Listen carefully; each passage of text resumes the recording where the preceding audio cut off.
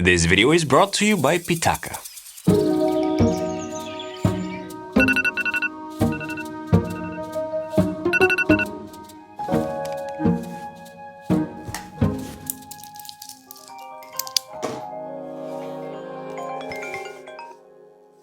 Yeah. Check out a what? A submarine? Sure. Yeah, I mean, I've never been in a submarine before, yeah? Yeah, sure. I'll meet you there. Okay. All right. So last year, I called the iPhone 15 Pro a chef's kiss. As with everything else from Apple, it was of course surrounded by controversies and drama. But at the end of the day, when everything settled down, most people came to realize that it was in fact a substantial titanium upgrade that offered a lot. Amazing camera and resolution, log video, USB-C, much lighter chassis, better comfort, and most of all, reliability. The 16 Pro, however, is a different beast, and by different, I mean extremely similar. Aside from the addition of a camera control nut button and a slightly larger display cocooned in almost non-existent bezels, a month later, it is difficult to call it a chef's kiss. To illustrate my perspective, I will take you on a day's journey with me, sharing my struggles, featuring my use cases, and highlighting some tips and tricks I've discovered along the way.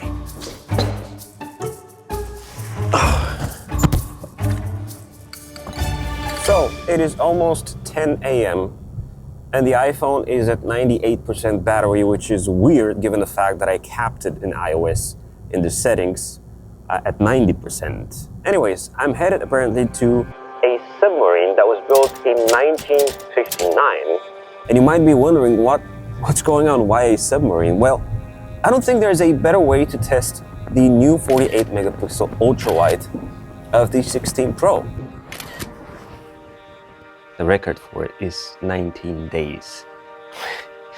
And it's so tight and cramped in here, and I wonder which one of those is the oil pressure. Found it.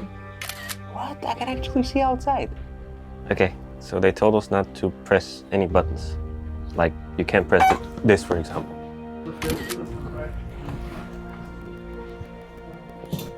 So, these are the two diesel engines. Each one of them has approximately 2,000 horsepower.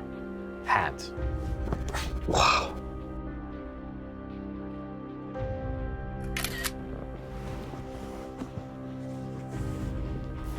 I think that's it. Very, very cool to see in person and to actually be inside of a submarine. And utmost respect for everyone that used to work here. It is almost 11:30 and the battery of the iPhone is at 76%. I'm heading to the studio because I need to do some work, and after that, inspired by the submarine, I want to go to a vehicle museum, a very interesting one. So, let's get to it. But before we get any further, let me break down the device I picked. This is the 16 Pro, not the Max, in black titanium or titanium black. Anyways, the reason I picked the smaller Pro again is something I briefly mentioned in my initial review, which I'll link at the end of this video. You see, with a slightly larger 6.3-inch display, I called this device a 16 Pro Plus because it kind of sits in the middle between the 15 Pro and the 15 Pro Max. Furthermore, it made no sense for me to go larger in size, especially when considering the fact that I also carry the Google Pixel 9 Pro Fold. By the way, if you somehow think this being black titanium feels very different from past black iPhones, you'd have to think again, because even at close distance, it is very much, a black iPhone 14 Pro from 2 years ago. A second, by the way, bending the English language to my will again, if you end up enjoying this video, subscribe, because why not? Now, currently, I'm running the official iOS 18.01, which, as you can guess, has zero Apple intelligence inside, which is a bummer. Another bummer is the fact that I should upgrade to a 256GB model, which, let's be honest, this should be the default storage, the bare minimum, especially when we talk about Pro lineup of devices that shoot 120p slow-mo and log footage. Now, luckily I got just the right package and the remedy for that storage situation on the iPhone. So even if you go for the smallest 128 gigabyte storage, there's something called USB-C extended storage by Zyke. And this little guy is very interesting. Let me show you. So this is up to a terabyte of storage, which is very simple to use. So in the package, you have this little adapter and two extensions depending on your smartphone or iPhone size. So the smaller one or the bigger one. So if you get the smaller one, you can attach it to the thing like this. And then the actual storage is magnetic, so it attaches to the MagSafe portion of the iPhone. So you can just plug this in like this, and it will stay fixed in place. And now it will light up and showcase the available storage on the phone, including the temperature and how hot it runs, which is amazing. And I think this is sort of like an e-ink or something, but it looks very cool in person. Now, what that will give me is the ability to record log footage directly onto that storage. And look at this, 148 minutes of log footage straight into the USB-C. Amazing. And the overall package, I mean, very well thought out.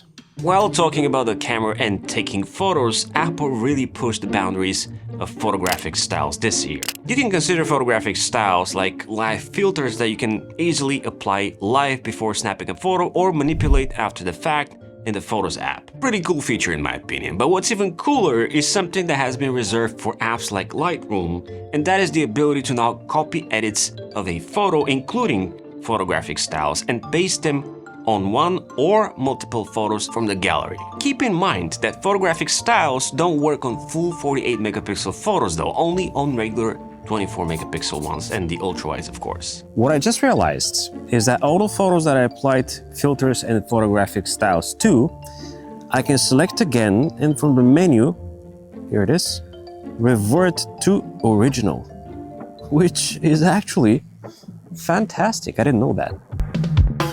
So back to the design of the 16 Pro, the most obvious physical change on the entire 16 lineup of iPhones this year is the camera control. The reason I say it's obvious is because it sticks out in two scenarios. The first one, I briefly mentioned last time, is accidental press, which by default opens the camera app. To be honest, this really isn't a big deal because it can be easily fixed. In the settings of the camera app, the press can be replaced with double press, which I think makes a lot more sense. The second scenario I mentioned is when it comes to cases. Since this is not exactly a button, hence Apple refusing to calling it such, it is a sapphire crystal surface that allows for gestures, and half presses, which translates to case manufacturers resorting most often to cutouts, which easily makes the iPhone 16 cases unique compared to previous generations. Talking about unique cases or such that adds flair to a very familiar silhouette at this point, I don't think you can do better than the Pitaka's Aries collection. The Aries collaborative Luminous case is created in partnership with Aries, which is a London-based luxurious streetwear brand. By using Pitaka's fusion weaving tech, this case is made of aramid fiber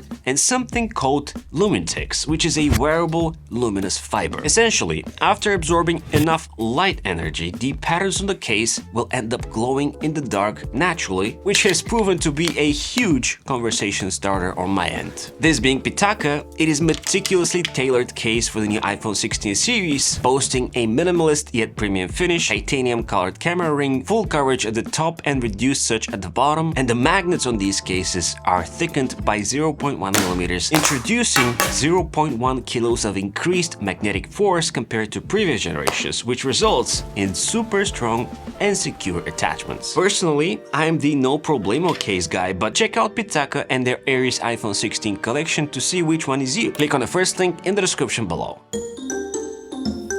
Unlike some of my past iPhone switches, this year's iPhone 16 Pro upgrade, which I only made because of the purpose of this channel, wasn't very smooth, to be honest. My mixed feeling experience can be broken down twofold. First of all, aside from the new button and the inevitable new cases, this phone is hardly distinguishable from previous models, which isn't necessarily a bad thing since the recipe is clearly working, but it's kinda like borderline boring, especially when knowing half of the advertised features are yet to be unveiled in public. Second, my iPhone 15 Pro battery experience and degradation wasn't very pleasing to begin with, only to experience even worse such experience once I upgraded to a brand new device which on paper comes with a larger battery. You see, my first 2 weeks of use literally translated to below 50% battery life at around noon, considering the fact that I also use a foldable, so this is not the only source of smartphone usage for me. After a completely clean install, which I documented in a step-by-step ultimate home screen setup guide, which I'll link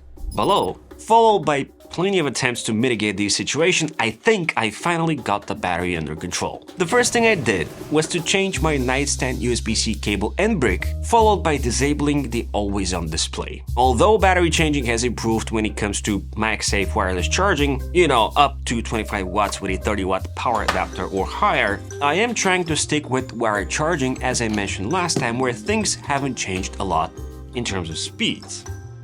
With a little asterisk. Although the iPhone will juice up at a steady but slow for 2024 20 watts when plugged in, things get quite a bit faster once something intensive is introduced in the mix, like gaming while juicing. In those situations, I notice numbers that are entering non-iPhone territory, which is great for people who are, invested into mobile gaming. I am about to head out, but I just got this package, which holds a bunch of stuff that I prepped and ordered for an upcoming episode. But before I leave, I wanted to unbox this little thing, which is just crazy looking. By the way, I'm actually recording in log on the 16 Pro, so you can get an idea of what it looks like in its optimal conditions, and of course what it sounds like. And let's check this thing out. Look at it. It is so gorgeous. Plastic, AA battery, dongle, and of course that vintage or retro look. Talking about retro, let's go to the museum that I told you about. Out of all the tangible incremental changes of the Pro lineup this year, the two most exciting ones for me are both in the camera department. I'm talking about the spec bump in the ultrawide lens, which is now 48 megapixels, and of course my favorite 5x telephoto lens, which is no longer reserved for the largest of iPhones. Whether I'm shooting a group photo with the ultrawide or go way down for something more creative, it is nice to have the versatility.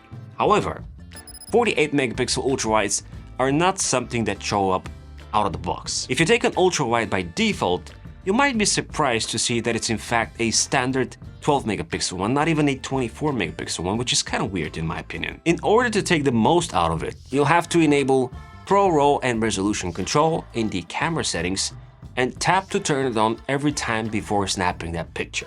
Not ideal, but it still works. 5x on the other hand is awesome. Whether I'm taking photos of buildings or going way back to 5x a car, I know for a fact it will end up looking beautiful. Especially if I process it after the fact in something like, Lightroom for example.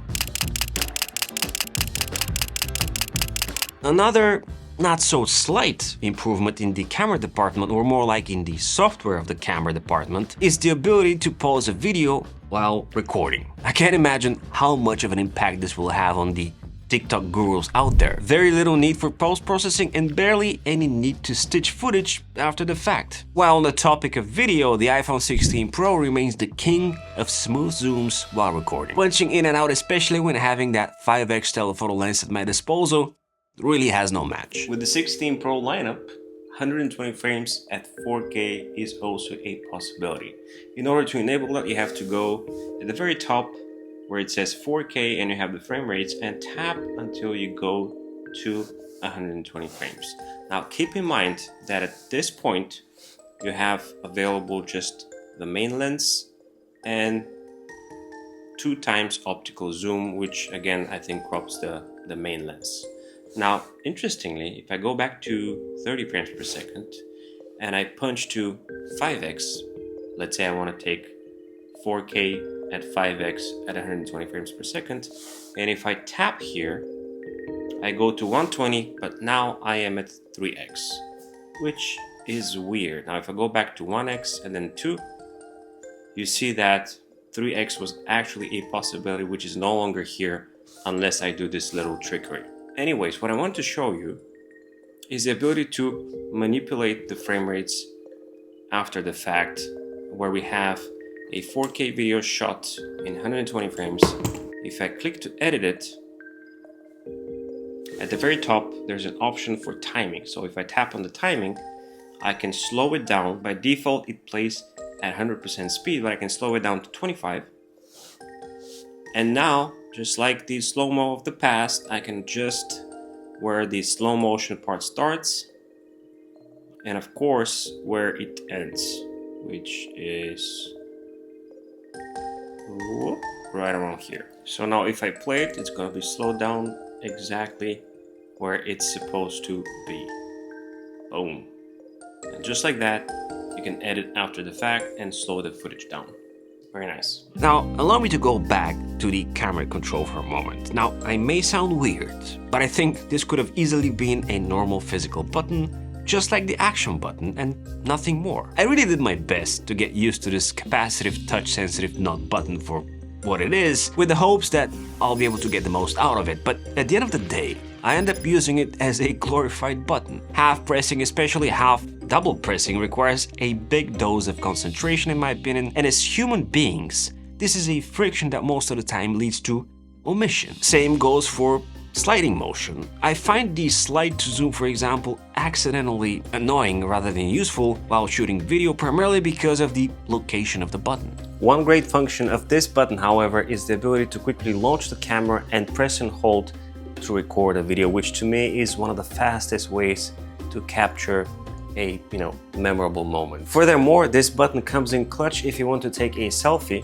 because it is for the first time the ideal spot to do that with the main camera instead of trying to use the front software button or any of the volumes on the side. So to improve on this button, by the way, and by improve I mean fixing it a tiny bit, there is a menu to go to. Now, this being a typical thing for Apple, it is not something that is inside the main camera control menu, which is not part of the camera app for some reason yet in 2024, but rather something that is buried again inside the accessibility menu. From here, I'm able to change the setting of the button to firmer press with slower response. That, in combination with double pressing to launch the camera, completely eliminated the accidental startups of the camera or touches while using the phone. You see what I mean? Why go through all those hoops?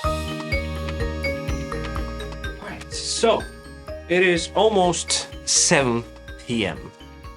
and right now the iPhone is at 16% battery, which is not ideal. It won't last me by the time I go to bed, which is unfortunate, but that is the reality of it. Now, truth be told, I have been using this phone a tad more so I can, showcase this day in the life and so forth. But even without that, it would still be easily at 20% around that time. Now, to give you a perspective, the Pixel Pro Fold right now is at 79%. Which, again, I haven't used as much today as I used the iPhone for the purpose of this video, but most of the time, things again would look pretty much the same. This one would be dead by the end of the day, and this one I can easily use 2 days. Seriously, I can easily use the Pixel Fold and charge it, at around, again, 15-20% on day 2. No matter if you have the latest and greatest iPhone 16 or just as equally capable previous generation device, yet you feel the urge to spice it up and make it look fresh, then I encourage you to go check out my ultimate iPhone home screen episode right here, where we talk about clever widgets, tips and tricks, and more. Like and subscribe to the channel, as well as my newsletter, where you can find my guide on how to create a custom action button menu. And as always, it's been an absolute pleasure. This is Z, over and out.